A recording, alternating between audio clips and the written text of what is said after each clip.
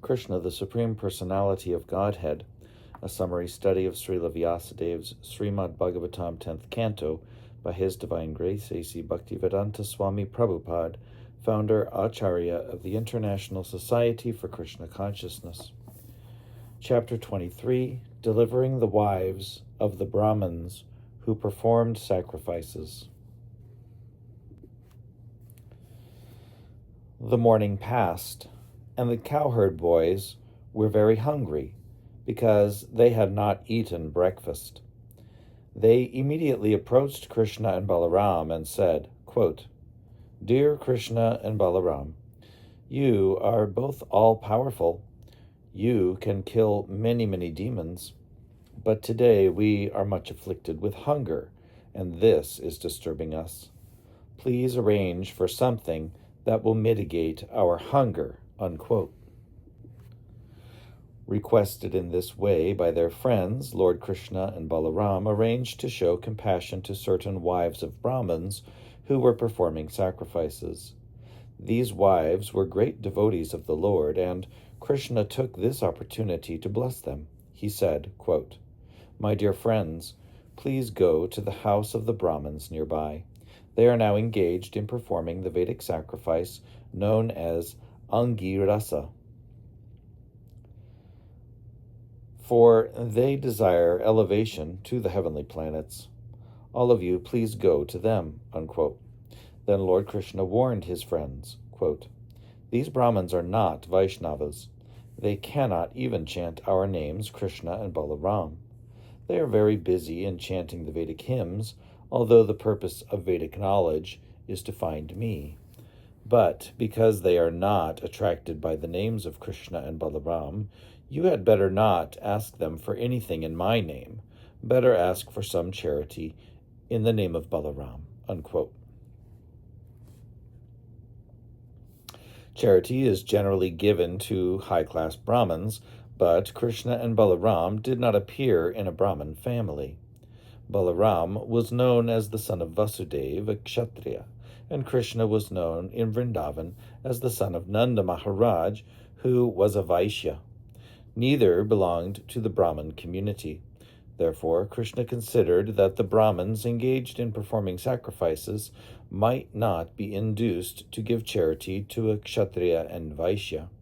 Quote, "But at least if you utter the name of Balaram, they may prefer to give in charity to a Kshatriya rather than to me, because I am only a Vaishya," unquote. Being thus ordered by the Supreme Personality of Godhead, all the boys went to the Brahmins and began to ask for some charity. They approached them with folded hands and fell down on the ground to offer respect. Quote, "O earthly gods, kindly hear us, who are ordered by Lord Krishna and Balaram. We hope you know them both very well, and we wish you all good fortune. Krishna and Balaram are tending cows nearby, and we have accompanied them. We have come to ask for some food from you. You are all Brahmins and knowers of religious principles, and if you think that you should give us charity, then give us some food, and we shall all eat along with Krishna and Balaram. You are the most respectable Brahmins within the human society, and you are expected to know all the principles of religious procedure," unquote. Although the boys were village boys and were not expected to be learned in all the Vedic principles of religious ritual, they hinted that because of their association with Krishna and Balaram, they knew all those principles. By addressing the Brahmins as, quote, "knowers of all religious principles," unquote, the boys expressed the point of view that when the Supreme Personality of Godhead, Krishna and Balaram, were asking for food, the Brahmins should immediately deliver some without hesitation, because as stated in the Bhagavad Gita, one should perform yajna, sacrifices, only for the satisfaction of Vishnu. The boys continued, quote, "Lord Vishnu, as Krishna and Balaram, is standing waiting, and you should immediately deliver what food you have in your stock," unquote. They also explained to the Brahmins when food is to be accepted and when it is not to be accepted. Generally, the Vaishnavas, or pure devotees of the Lord, do not take part in ordinary sacrificial performances. but they know very well the ceremonials called Diksha, Pashu Sangstha, and Sotramani. One is permitted to take food after the procedure of Diksha and before the animal sacrificial ceremony, and the Sotramani, or ceremony in which liquors are also offered. The boy said, quote, "We can take your food at the present stage of your ceremony, for now it will not be prohibited, so you can deliver us the food," unquote. Although the companions of Lord Krishna and Balaram were simple cowherd boys, they were in a position to dictate even to the high-class Brahmins engaged in the Vedic rituals of sacrifice.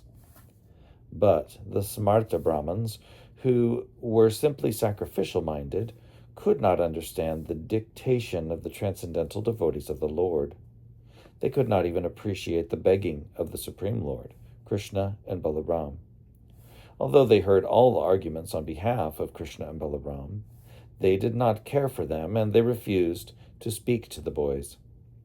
Despite being highly elevated in the knowledge of Vedic sacrificial rites, all such non-devotee Brahmins, although they think of themselves as very highly elevated, are ignorant, foolish persons. All their activities are childish, because they do not know the purpose of the Vedas as it is explained in the Bhagavad Gita to understand Krishna. In spite of their advancement in Vedic knowledge and rituals, they do not understand Krishna. Therefore, their knowledge of the Vedas is useless. Lord Chaitanya, therefore, gave his valuable opinion that although a person may not be born in a Brahmin family, if he knows Krishna or the science of Krishna consciousness, he is more than a Brahmin, and he is quite fit to become a spiritual master. There are various details to be observed in the performance of sacrifices. They are known as desha, place, kala, time, pritag-dravya, the different detailed paraphernalia, mantra, hymns, tantra, scriptural evidences, agni, fire, ritvik, learned performers of sacrifices, devata, the demigods, yajamana, the performer of the sacrifices, kratu, the sacrifice itself, and dharma, the procedures. All these are for satisfying Krishna.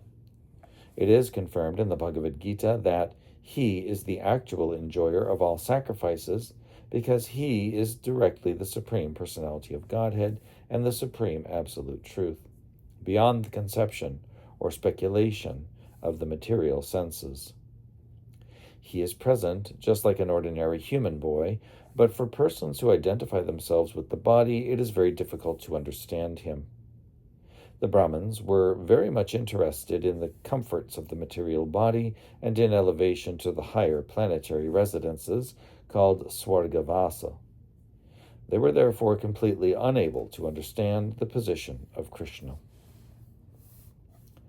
When the boys saw that the Brahmins would not reply to them even with a simple yes or no, they became very much disappointed. They then returned to Lord Krishna and Balaram and explained everything that had happened.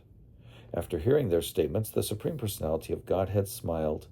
He told them that they should not be sorry for being refused by the Brahmins, because that is the way of begging.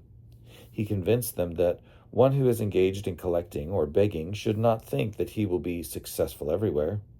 He may be unsuccessful in some places, but that should not be cause for disappointment. Lord Krishna then asked all the boys to go again, but this time to the wives of those Brahmins engaged in sacrifices. He also informed them that these wives were great devotees. Quote, They are always absorbed in thinking of us. Go there and ask for some food in my name and the name of Balaram, and I am sure that they will deliver you as much food as you desire." Unquote.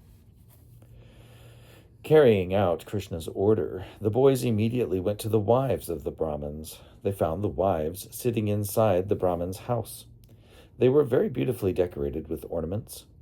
After offering them all respectful obeisances, the boys said, quote, "Dear mothers, please accept our humble obeisances and hear our statement.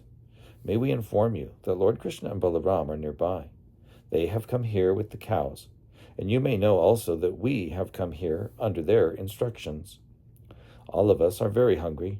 Therefore, we have come to you for some food. Please give us something to eat for Krishna, Balaram, and ourselves." Unquote. Immediately upon hearing this, the wives of the Brahmins became anxious for Krishna and Balaram. These reactions were spontaneous. They did not have to be convinced of the importance of Krishna and Balaram. Immediately upon hearing their names, they became very eager to see them. Being advanced by thinking of Krishna constantly, they were performing the greatest form of mystic meditation. All the wives then became very busily engaged in filling up different pots with nice food. Due to the performance of the sacrifice, the various foods were all very palatable. After collecting a feast, they prepared to go to Krishna, their most beloved object, exactly in the way rivers flow to the sea. For a long time, the wives had been eager to see Krishna. However, when they were preparing to leave home to go see him, their husbands, fathers, sons, and relatives asked them not to go. But the wives did not comply. When a devotee is called by the attraction of Krishna, he does not care for bodily ties. The women entered the forest of Vrindavan on the bank of the Jamuna, which was verdant with vegetation and newly grown vines and flowers. Within that forest, they saw Krishna and Balaram engaged in tending the cows along with their very affectionate boyfriends. The Brahmins' wives saw Krishna with a blackish complexion, wearing a garment that glittered like gold. He wore a nice garland of forest flowers and a peacock feather on his head. He was also painted with the minerals found in Vrindavan, and he looked exactly like a dancing actor on a theatrical stage. They saw him resting one hand on the shoulder of his friend, and in his other hand he was holding a lotus flower. His ears were decorated with lilies. He wore marks of tilak, and he was smiling charmingly. With their very eyes, the wives of the Brahmins saw the Supreme Personality of Godhead, of whom they had heard so much, who was so dear to them, and in whom their minds were always absorbed. Now they saw him eye to eye and face to face, and Krishna entered within their hearts through their eyes. Within themselves they began to embrace Krishna to their heart's content, and the distress of separation was mitigated immediately. They were just like great sages who, by their advancement of knowledge, merge into the existence of the Supreme. As the Supersoul living in everyone's heart, Lord Krishna could understand their minds. They had to come to him despite all the protests of their relatives, fathers, husbands, and brothers, and despite all the duties of household affairs. They came just to see him who was their life and soul. They were exactly following Krishna's instruction in the Bhagavad Gita. One should surrender to him, giving up all varieties of occupational and religious duties. He therefore began to speak to them, smiling very magnificently. It should be noted in this connection that when Krishna entered into the wives' hearts and when they embraced him and felt the transcendental bliss of being merged with him, the Supreme Lord Krishna did not lose his identity, nor did the individual wives lose theirs.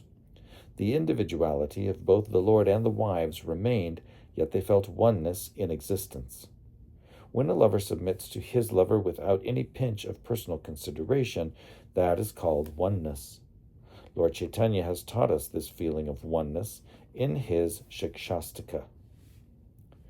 Krishna may act freely, doing whatever he likes, but the devotee should always be in oneness or in agreement with his desires.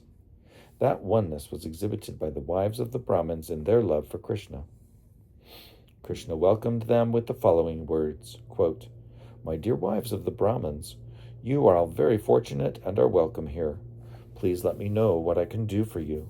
Your coming here to see me, neglecting all the restrictions and hindrances of relatives, fathers, brothers, and husbands, is completely befitting. One who does this actually knows his self-interest, because rendering transcendental loving service unto me without motive or restriction is actually auspicious for the living entities." Unquote. Lord Krishna here confirms that the conditioned soul can reach the highest perfectional stage by surrendering to him. One must give up all other responsibilities. This complete surrender unto the Supreme Personality of Godhead is the most auspicious path for the conditioned soul, because the Supreme Lord is the supreme object of love. Everyone is loving his self according to the advancement of his knowledge. Ultimately, when a person comes to understand that his self is the spirit soul, and that the spirit soul is nothing but a part and parcel of the Supreme Lord, he recognizes the Supreme Lord as the ultimate goal of love and then surrenders unto him. This surrender is considered auspicious for the conditioned soul.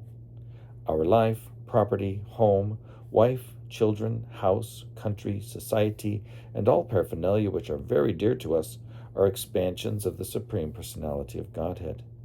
He is the central object of love because he gives us all bliss, expanding himself in so many ways according to our different situations, namely bodily, mental, or spiritual. My dear wives of the Brahmins, Krishna said, you can now return to your homes. Engage yourselves in sacrificial activities and in the service of your husbands and household affairs, so that your husbands will be pleased with you, and the sacrifice which they have begun will be properly executed.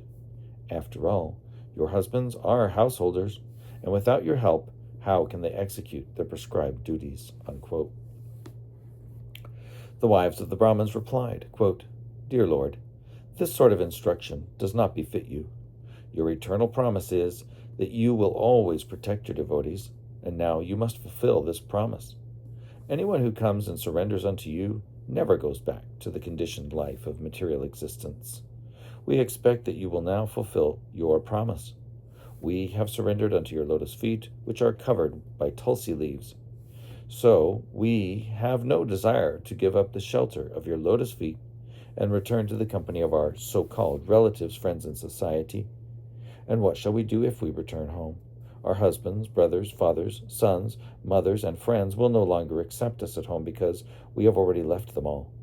Therefore we have no shelter to return to. Please, therefore, do not ask us to return home, but arrange for our stay under your lotus feet so that we can eternally live under your protection. Unquote.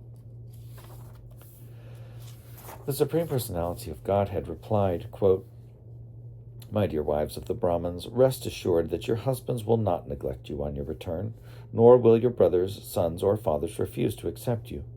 Because you are my pure devotees, not only your relatives, but also people in general, as well as the demigods, will be satisfied with you. Unquote. Krishna is situated as the supersoul in everyone's heart, so someone who becomes a pure devotee of Lord Krishna immediately becomes pleasing to everyone.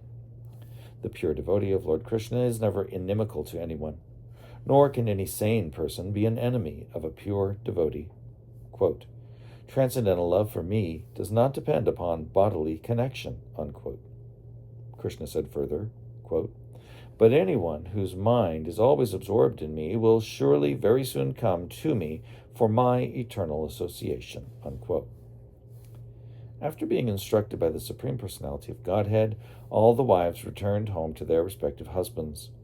Pleased to see their wives back home, the Brahmins sat together with them and executed the performances of sacrifices as enjoined in the Shastras.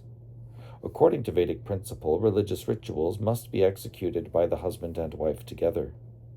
When the Brahmins' wives returned, the sacrifice was duly and nicely executed. One of the Brahmins' wives, however, who had been forcibly checked from going to see Krishna, began to remember him as she heard of his bodily features. Being completely absorbed in his thought, she gave up her material body, conditioned by the laws of nature.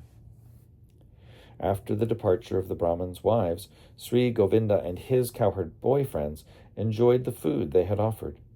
In this way, the ever-joyful personality of Godhead exhibited his transcendental pastimes in the guise of an ordinary human being in order to attract the common people to Krishna consciousness. With his words and beauty, he attracted all the cows, cowherd boys, and damsels in Vrindavan. All of them together enjoyed the pastimes of the Lord. After the return of the wives from Krishna, the Brahmins engaged in the performance of sacrifices began to regret their sinful activities in refusing food to the Supreme Personality of Godhead. They could finally understand their mistake. Engaged in the performance of Vedic rituals, they had neglected the Supreme Personality of Godhead, who had appeared just like an ordinary human being and asked for some food. They began to condemn themselves after seeing the faith and devotion of their wives. They regretted very much that although their wives were elevated to the platform of pure devotional service, they themselves could not understand even a little bit of how to love and offer transcendental loving service to the Supreme Soul. They began to talk among themselves, quote, "To hell with our being born Brahmins, to hell with our learning all the Vedic literatures, to hell with our performing great sacrifices and observing all the rules and regulations, to hell with our family, to hell with our expert service in performing the rituals exactly according to the description of the scriptures, to hell with it all, for we have not developed transcendental loving service to the Supreme Personality of Godhead, who is beyond the speculation of the mind, body, and senses," unquote. The learned Brahmins, expert in Vedic ritualistic performances, were properly regretful, because if one does not develop Krishna consciousness, all discharge of religious duties is simply a waste of time and energy. They continued to talk among themselves, quote, "The external energy of Krishna is so strong that it can create illusion to overcome even the greatest mystic yogi. Although we expert Brahmins are considered to be the teachers of all other sections of human society, we also have been illusioned by the external energy. Just see how fortunate these women are. They have so devotedly dedicated their lives to the Supreme Personality of Godhead Krishna that they could easily do what is ordinarily so difficult. They gave up their family connections, which are just like a dark well for the continuation of material miseries." Unquote. Women in general, being very simple at heart, can very easily take to Krishna consciousness, and when they develop love of Krishna, they can easily get liberation from the clutches of Maya, which are very difficult for even so-called intelligent and learned men to surpass. The Brahmins continued, quote, "According to Vedic injunction, women are not allowed to undergo the purificatory process of initiation by the sacred thread, nor are they allowed to live as brahmacharinis in the ashram of the spiritual master, nor are they advised to undergo the strict disciplinary procedures, nor are they very expert in discussing the philosophy of self-realization. And by nature they are not very pure, nor are they very much attached to auspicious activities. Therefore, how wonderful it is that these women have developed transcendental love for Krishna, the Lord of all mystic yogis. They have surpassed all of us in firm faith and devotion unto Krishna. Although we are considered to be masters in all purificatory processes, we did not actually know what their goal is because we are too much attached to the materialistic way of life. Even though we were reminded of Krishna and Balaram by the cowherd boys, we disregarded them. We now think that the Supreme Personality of Godhead simply played a trick of mercy on us by sending his friends to beg food from us. Otherwise, he had no need to send them. He could have satisfied their hunger then and there just by willing to do so," unquote. If someone denies Krishna's self-sufficiency on hearing that he was tending the cows for his livelihood, or if someone doubts his not being in need of the food, thinking that he was actually hungry, then such a person should understand that the goddess of fortune is always engaged in his service. In this way, the goddess can break her faulty habit of restlessness. In Vedic literatures like the Brahma Samhita, it is stated that Krishna is served in his abode with great respect by not only one goddess of fortune, but many thousands. Therefore, it is simply illusion for one to think that Krishna begged food from the Brahmins. It was actually a trick to show them mercy by teaching them that they should accept him in pure devotional service instead of engaging in ritualistic ceremonies. The Vedic ceremonial paraphernalia, the suitable place, the suitable time, the different grades of articles for performing the ritualistic ceremonies, the Vedic hymns, the process of sacrifice, the priest who is able to perform the sacrifice, the fire, the demigods, the performer of the sacrifice, and the religious principles. All are meant for understanding Krishna, for Krishna is the Supreme Personality of Godhead. He is the Supreme Lord Vishnu and the Lord of all mystic yogis. Quote, "Because he has appeared as a child in the dynasty of the Jadus, we were so foolish that we could not understand that he is the Supreme Personality of Godhead," the Brahmins said. "But on the other hand, we are very proud, because we have such exalted wives who have developed pure transcendental service of the Lord without being shackled by our rigid opposition. Let us therefore offer our respectful obeisances unto the lotus feet of Lord Krishna, under whose illusory energy, called Maya, we are absorbed in fruitive activities. We therefore pray to the Lord to be kind enough to excuse us, because we are simply captivated by his external energy. We transgressed his order without knowing his transcendental glories." Unquote. The Brahmins repented their sinful activities. They wanted to go personally to offer their obeisances unto him, but being afraid of Kamsa, they could not go to Krishna and surrender unto him. In other words, it is very difficult for one to surrender fully unto the personality of Godhead without being purified by devotional service. The example of the learned Brahmins and their wives is vivid. The wives of the Brahmins, because they were inspired by pure devotional service, did not care for any kind of opposition. They immediately went to Krishna, but the Brahmins, although they had come to know the supremacy of the Lord and were repenting, were still afraid of King Kamsa because they were too much addicted to fruitive activities. Thus ends the Bhaktivedanta purport of the 23rd chapter of Krishna, delivering the wives of the Brahmins who performed sacrifices.